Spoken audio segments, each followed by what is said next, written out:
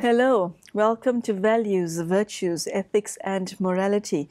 We hope by now that the faces on the show is now familiar to you. And today is one of many in the series in which we ask you, the individual, to take a good look at your own conscience, your own ethical standards, and to see whether you are proud of the person that you have become, whether there's something in your life that you would like to change, both internally and externally. And we ask that you look at your life and ask yourself simple questions as to whether what you have become is working for you. Today's topic is very interesting and somewhat controversial. It's entitled Prejudice and Preconceptions. Now, whether we'd like to admit it, all of us have the need to look at ourselves in that department. And to this end, we have invited Sister Denise to share with us her wisdom and spiritual take on the subject. Sister Denise has been practicing Rajyoga Meditation with the Brahma Kumaris World Spiritual University for several decades. And she brings to this show a wealth of wisdom and insight into this and many other subjects. Sister Denise, thank you so much for joining us, and a very, very warm welcome to today's show. Thank you, Mangela. Tell me, prejudice and preconception. It's not something that people easily admit to themselves, is it? Well, no, because you always try to justify your particular approach. But let's just look at some of the most common prejudices, which are really worldwide, and also take a look at where they came from, because that also makes a difference. People are prejudiced according to skin color, where the darkest is considered the one that you don't like, and that everybody wants to be the palest, and so you get skin whitening creams to that end, so that it's even marketable. There's also prejudice against those who have not got formal education. There's prejudice against people who have their sexual orientation is not heterosexual. And there's prejudice against any kind of unusual sexual orientation or even physiology. People have unreasonable reactions, where the reaction is not commensurate with the provocation, and so it's hysterical.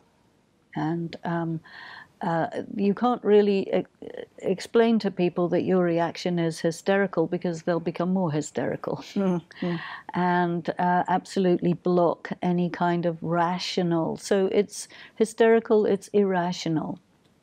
So it comes from somewhere that is pre-rational, and we need to take a look at what that is. There's also prejudice against children, young people, prejudice that the older you are, the better quality person you must be. There's prejudice against kindness. You know, if people are not harsh, they're considered too lenient. You know, leniency is weakness. If people try to control their anger and other negative emotions, they're considered soft. If people don't wish to participate in sort of institutionalized violence, they're considered not playing the game, or they are going against the proper way, and so they're somehow sabotaging the society. And then there's a whole load of justifications which indicate it's a kind of false logic, falsely proving that this particular attitude is right. like a means to an end. So the end is that we should remain in control at all times, and whatever we have to do to assure that, that becomes right, because things must not get out of control. So this is something that creates a lot of human suffering that is not really borne out, especially not by the laws and ideas of spirituality. So it is something that contributes to human suffering, but unless we see the root of it, we can't really do anything about it. And if you look at the root of it, you find that it is in sacrosanct institutions and assumptions about what a human being is, what the human value is, and so on. So when you challenge it, you're going against these things that may not be challenged. That's a problem. Yeah. So Denise, how does one begin to shift all of this? Because if you look at people and their prejudices, they hold them very close to their hearts, and believe with 100% certainty that they're right in thinking and feeling this way, and don't you dare tell me otherwise. Okay? So how does one cause that to happen? One thing is, I think that in your conversations with people, you try to find out where they stand in regard to certain things that are important to yourself. So you're introduced to somebody who has prejudices and preconceptions and social attitudes that are diametrically opposed to your own. This will create a social barrier. And you will have to be very formal, very careful, walk on eggshells, never touch the subject, in order to be able to have any kind of social intercourse with them. But then what you will also do is look for people who are like-minded, and this then creates a lot of divisions in society. Okay, so you'll get the rare individual who will look at prejudices, and I find this quite often happening with children who'll grow up in a house where everyone else has a certain attitude, say for example against dark-skinned people, but this light-skinned child will know intrinsically that this is not on, okay, and yet they will then develop the courage to hit against it. Okay, how does one, when you indoctrinated into believing that this is the way it should be, how do you heal from that, and how do you reduce or minimize your own prejudices? For example, the people of light skin are better, more beautiful, more intelligent, deserve more from life than people who are, for example, the skin color. I think that when you're growing up with all that indoctrination, at the same time, you're also observing the people who are giving you the indoctrination. These are the external moral authorities, your parents, your teachers, your religious leaders. And if you see those people having double standards, it invalidates and also makes their prejudice really visible, because it becomes part of the double standards. And then the child, who I think children have a fairly acutely developed conscience, which gets kind of crushed as they grow up. Then the child has to see, do I want to be like these people? Or do I want to follow the voice of my conscience? And it's a very scary place to be in, especially when you're very young, because you're completely dependent on the adult context for your food, for your education, for your shelter, for your validity, for your social status and everything. So if you point the finger at it, they will pretty quickly come and rap you on the knuckles and say, don't you dare think, just do what we say. And then either you kill your conscience or you break your connection with those people. Either way, it's a trauma. And that is why it's so difficult. Okay, so if one reaches one's adult life and realize that, you now can make your own choices, and yet you've absorbed all of this prejudice into your life up until now, how does one make the shift inside? Because before you can start to make a shift on the outside, there has to be some internal paradigm shift, as it were. What do you change inside from a spiritual perspective? Because all men are equal story doesn't gel for a lot of people. Okay, and it sounds well, in this context, rather superficial. So where do you go to find the truth? Where? A lot of people grow up in surroundings which are not prejudiced. That is to say, their immediate parents, relatives, educators, and even religious leaders.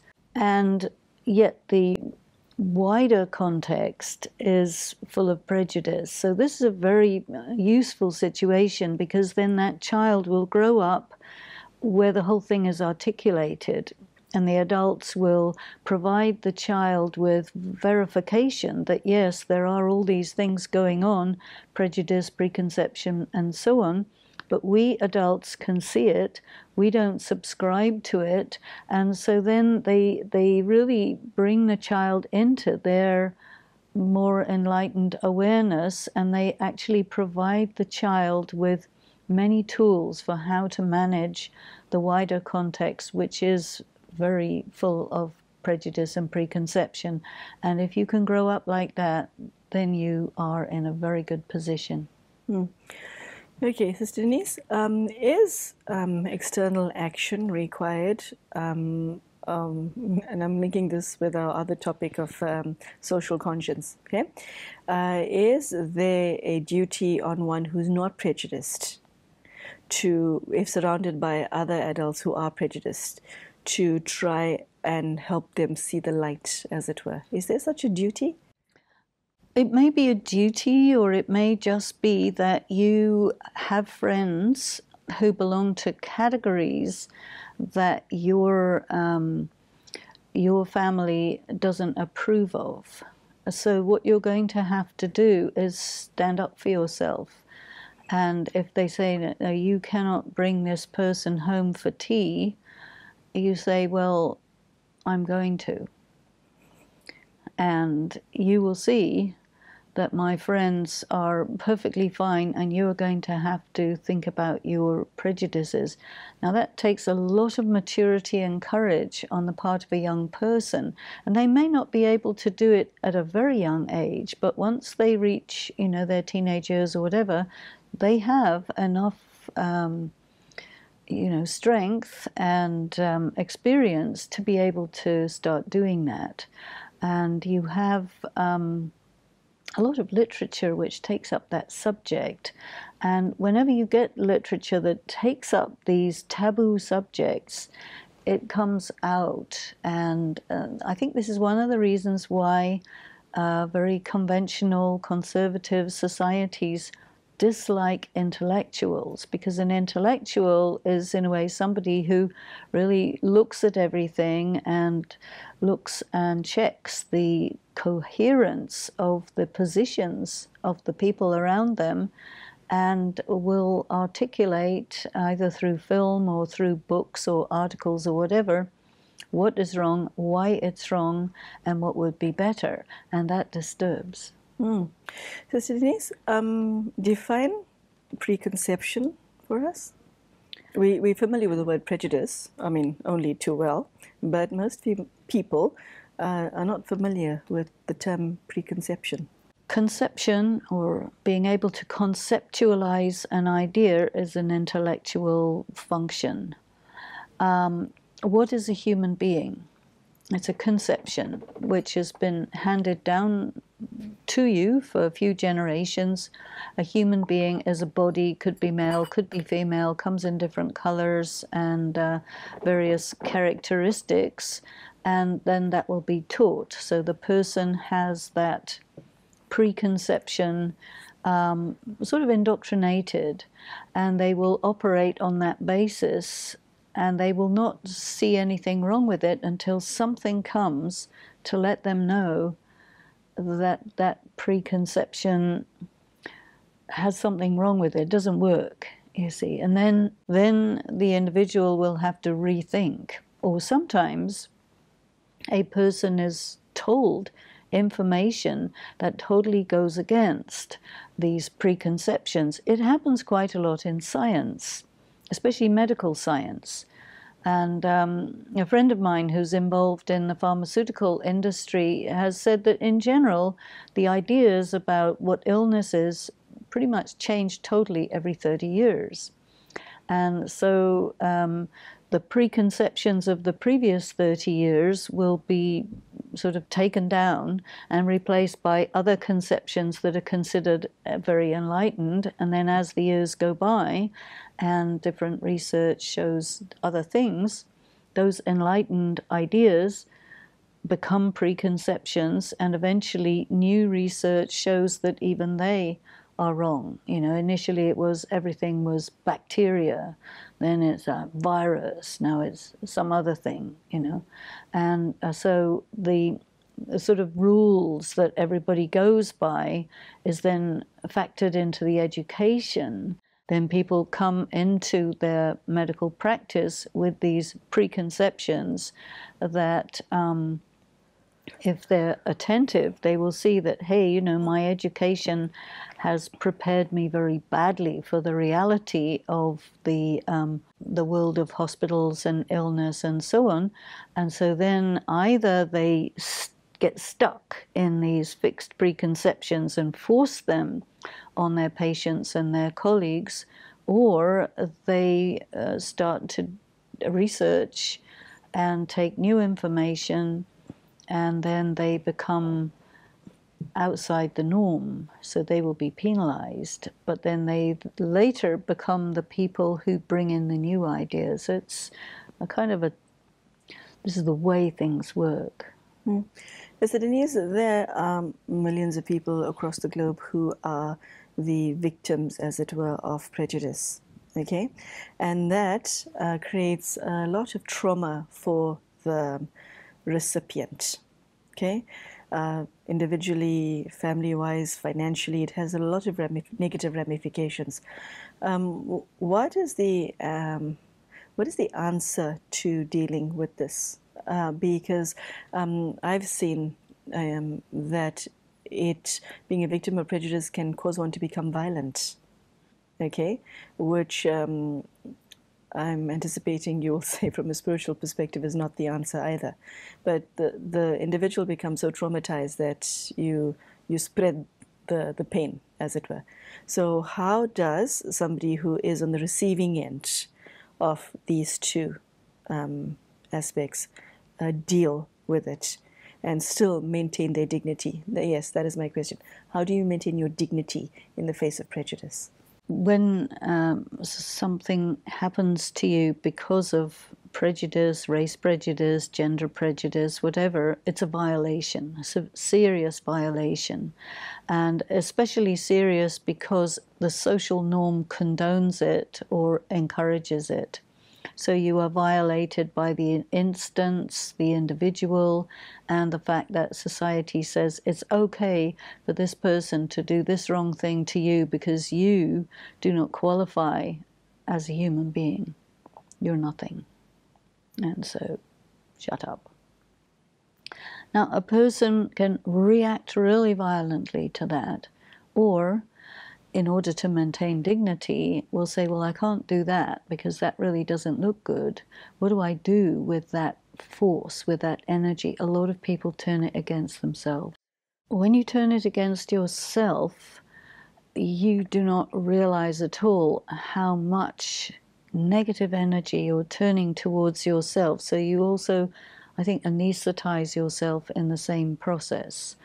And this can create a numbness, or this creates a person who has to just shut down their feelings and then operate on the basis of some mask, which is the ego, where a person has to create a sort of a Fort Knox situation and keep their heart inside, and then everything is fake. And that is a terrible tragedy, but very difficult to heal from, because it's difficult to take down Fort Knox. It's a very strong place. Oh, tell me about it. Yes. So where to from there? Perhaps it's one of the things where you have to really do the original pain work. But to be a victim of prejudice, there's individual violation. There's the fact that the whole society is against you. There's the fact that you have internalized it and you're against yourself. So the amount of damage that's done is so vast that a human soul cannot endure it. That's that much. It would destroy the soul. So you have to do little by little over the course of at least one whole lifetime, maybe more. Mr. Denise, why is a victim of prejudice so willing to buy prejudice that is being sold to him or her, as opposed to saying to yourself, that which he or she says or thinks about me is not true? Why do we buy that which is sold? Why aren't we more discerning? Because we've been indoctrinated from birth to expect it, to, your parents probably have bought it. Your grandparents bought it, your great-grandparents. You don't have any reference point for not buying it. So if you start saying, I don't buy this, you are so isolated. So it takes so much strength and so much courage, which very few people have. But the reason why these prejudices have been challenged is because there have been individuals who are clear enough and strong enough and quantity-wise enough to challenge it. And it takes a long time. There are historical periods where you can say that the negative karma, collective negative karma of a particular social attitude reaches a critical point that provokes a reaction. And that reaction takes the form of a quantity of people who all say, excuse me, this is not right. It's not just one person that won't do, you just take them out. But when the quantity is enough, it's too many to take out. And so that starts to shift the balance. But it's fraught with collateral damage. Sure. Yeah. Boof.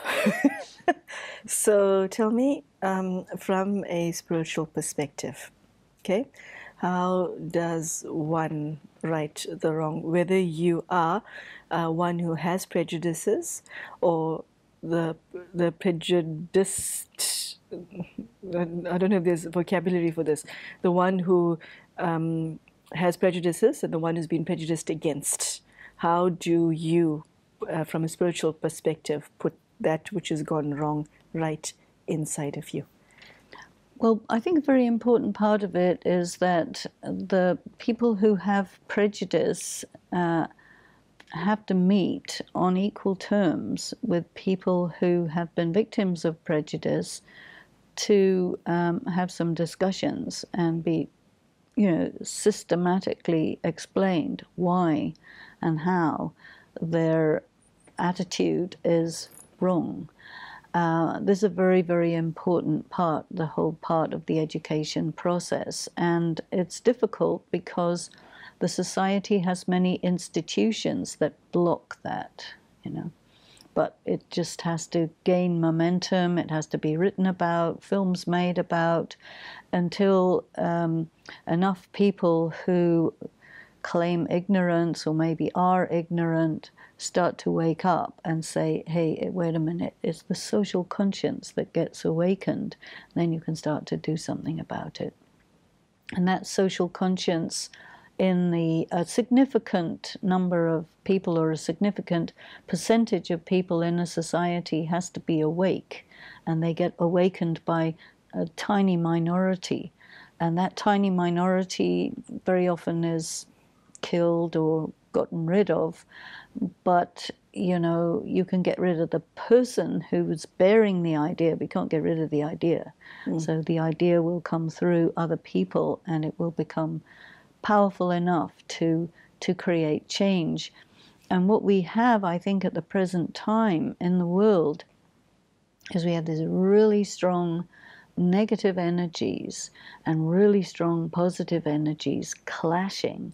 And so it's a very violent clash, which is very scary for people. So a lot of people are running away and putting their heads in the sand like ostriches and saying, oh, you know, I can't deal with this, it's nothing to do with me, somebody else can sort it out, and then I'll pull out my head when it's all over, which is a very cowardly position, but many people will do that.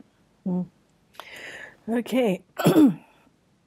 Unfortunately, Sister Denise, we have come to the end of today's show. I hope that this topic is something that you could resonate with. This is a very painful subject. So if you're feeling some level of discomfort right now, would you believe it's actually a good thing? I hope that Sister Denise has given you some food for thought. She has given me some food for thought. And I hope wherever you may be on the prejudice scale, whether somebody who has prejudices or somebody who has been a victim of prejudice, whatever they may be, whether it's racial, economic, whatever it may be, I hope that you take a good look at yourself and know that you can heal from both. Okay? No one's actually pointing a finger at you, so you shouldn't be doing that yourself. So do not judge yourself too harshly for what you have become up until now, because you didn't know better. But please look at yourself and ask yourself, is this the way I want to be in the next 10 or 20 years? And is this the way I want to raise my children? And your own conscience, as Sister Denise said, will be a yardstick to measure your success in this area. So, Sister Denise, thank you so much for talking about something that most of us wouldn't even dare broach. And I hope this episode has been of some value to you as far as your own life is concerned. Thank you and goodbye.